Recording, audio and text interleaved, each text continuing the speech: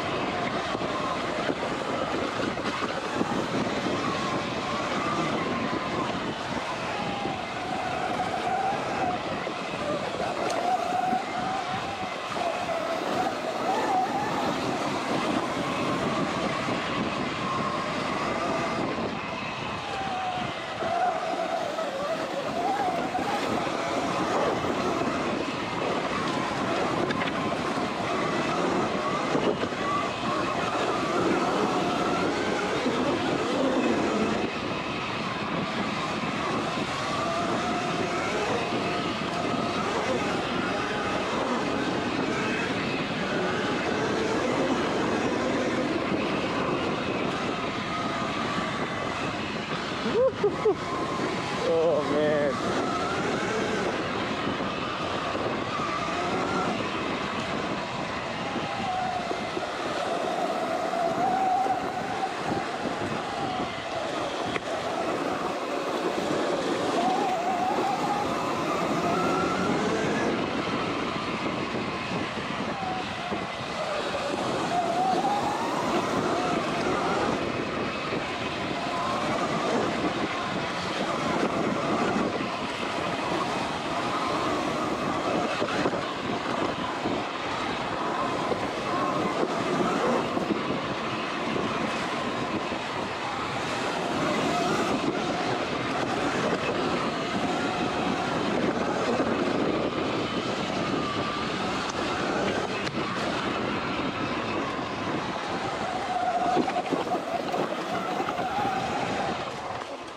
Probably wait for Grant again. Yeah. Kind of a lie. Battery check, temp check. 75, 73 degrees. I'm 81%, 81C. Battery check. Battery and temp. 60%, 89 degrees. I mean, the trail's probably like 6 inches. Yeah.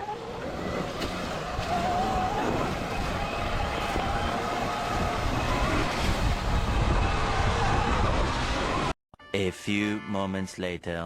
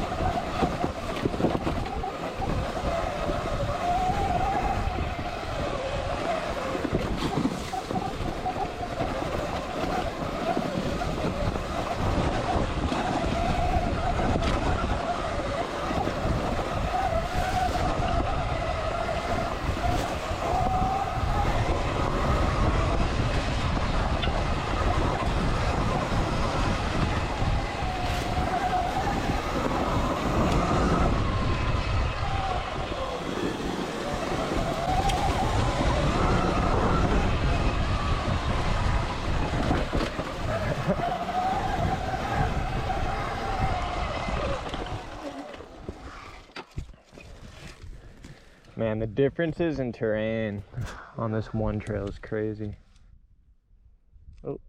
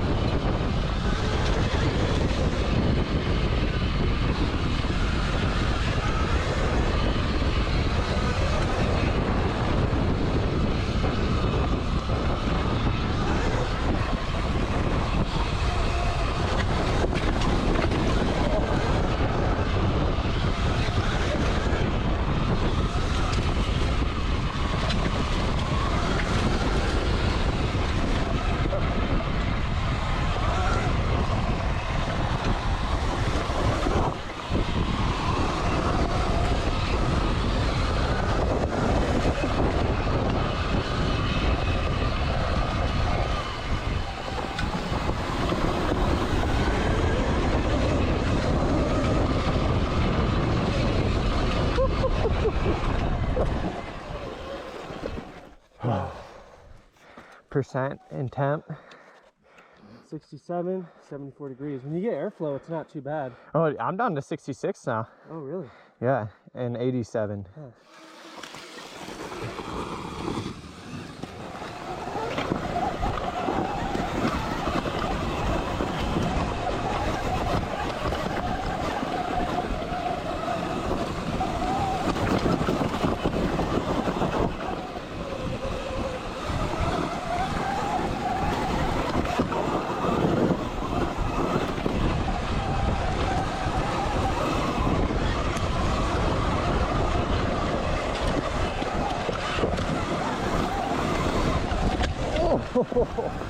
God damn.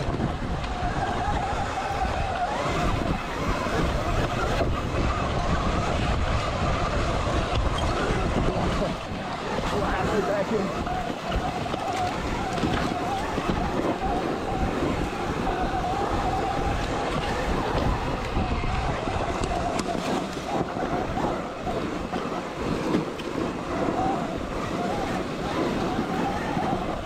surfing.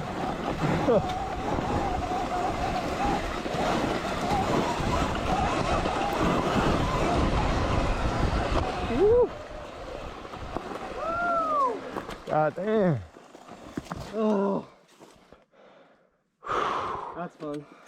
One eternity later. Can you make it? Overheating motor cut power. Yep. What's your temp at? 122. That's warm. And that's on 4,800 watts? Yeah. Goes to show you power. It's, I think that sprocket might be really good for motor temp in more ways than we thought. Yeah, the 64. Yeah. Yeah. So when we were standing down there, we were 2,000 feet up from where we started at the cabin, and just now we went up. I know the GoPro effect is gonna do us a serious disservice, so I had to make it clear. So what battery are you at, Grant? And what motor temperature were you at when you got up here? Let's see, according to the A-Grader, I'm at 29% now. By the time that I got to the top of this hill, the motor was cutting out at 122 degrees Celsius. I'm at 63%, and at the top of the hill I was at around 100 C, so not quite to the cutout temp. I'm at 64% battery, and when I got to the top here I was about at 90 degrees Celsius. At this point in time, we decided it would be best for Grant to hang out here while Riley and I continued on the trail. It's possible he would have made it, but when you start getting down to 20%, it's time to conserve power and make sure you have enough to get back. Riley and I took this little detour that was about 2 miles that Grant did not ride. Please keep that into consideration when we talk about Grant's battery usage from this point on. You may have also noticed that Riley has been clocking in with higher motor temps than I have whenever we've checked, and I think there's a couple factors that are contributing to this. The first is that he has a bracket set up that constricts airflow slightly more than mine, as well as more weight, no regen, where I was using regen. He had a much faster pace, as I said on the way back, and his motor was hotter than mine nearly every time we checked. Now, the temperature sensors are probably not super accurate, but given the differential, I think it's safe to say that his motor was hotter the whole ride. I believe Riley may have been using slightly more power than I was just with his riding style, although the setting was the same. And I also think it's possible that the Surron's motor loses a little bit of efficiency when it starts getting to higher temperatures. We don't have any data to back that hypothesis up at this point in time, but it does offer an explanation for why a larger battery may have drained faster. Another thing that we learned was kind of shocking, but how important a larger sprocket is for managing motor heat. Grant, who is running 4,800 watts, got his motor hotter than both Riley and I, who are running 11,000 watts. The reason for this is really the sprocket at 58 teeth and, low power versus 64 teeth and high power. Just Grant's bike was more prone to stalling on hills. When you're giving your bike throttle, but it isn't moving because you're on a hill, then 100% of the power sent to the motor is converted to heat, not movement. This heats up your bike really fast. The big power is fine if you have a sprocket that won't stall and you're moving fast enough to get sufficient airflow. That being said, if Grant were to be running 11 kilowatts with a small sprocket but still managed to stall his motor, it would have gotten faster a lot hotter than it did. From this point on, we were pretty much just riding back the way that we came, so instead of watching repetitive footage and drawing this video out, I'm just gonna go straight to the last final voltage and battery check at the end of our ride. With a 16.8 mile ride, I came back with 45% left of my battery, and this is on our 48 amp hour prototype. So this is not our largest capacity battery. So this is on our 52 amp hour prototype mid-range. Also not the same capacity that we will be selling. We will be selling a 55 amp hour, but at 52 amp hours, we see a Corrected percentage of 47. or 31.9 technically amp hour stock battery, and he got back with 23%. And he also rode 14.6 miles. All things considered, getting back from a 17-mile ride with 45% left on a 48 amp hour battery is really good. These trails were very steep, very fast, and very aggressive. That data point gives us a total range of roughly 37 miles of hard riding. And then based on that, the 55 amp hour battery that we are working on would be able to do about 43 miles total.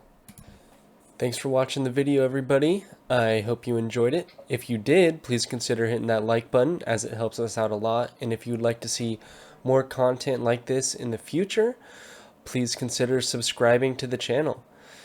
Just an announcement, we are planning on releasing batteries in the coming months, and they will be a 55 amp hour 60 volt that's also capable of high power levels. So thanks for watching and have a good day.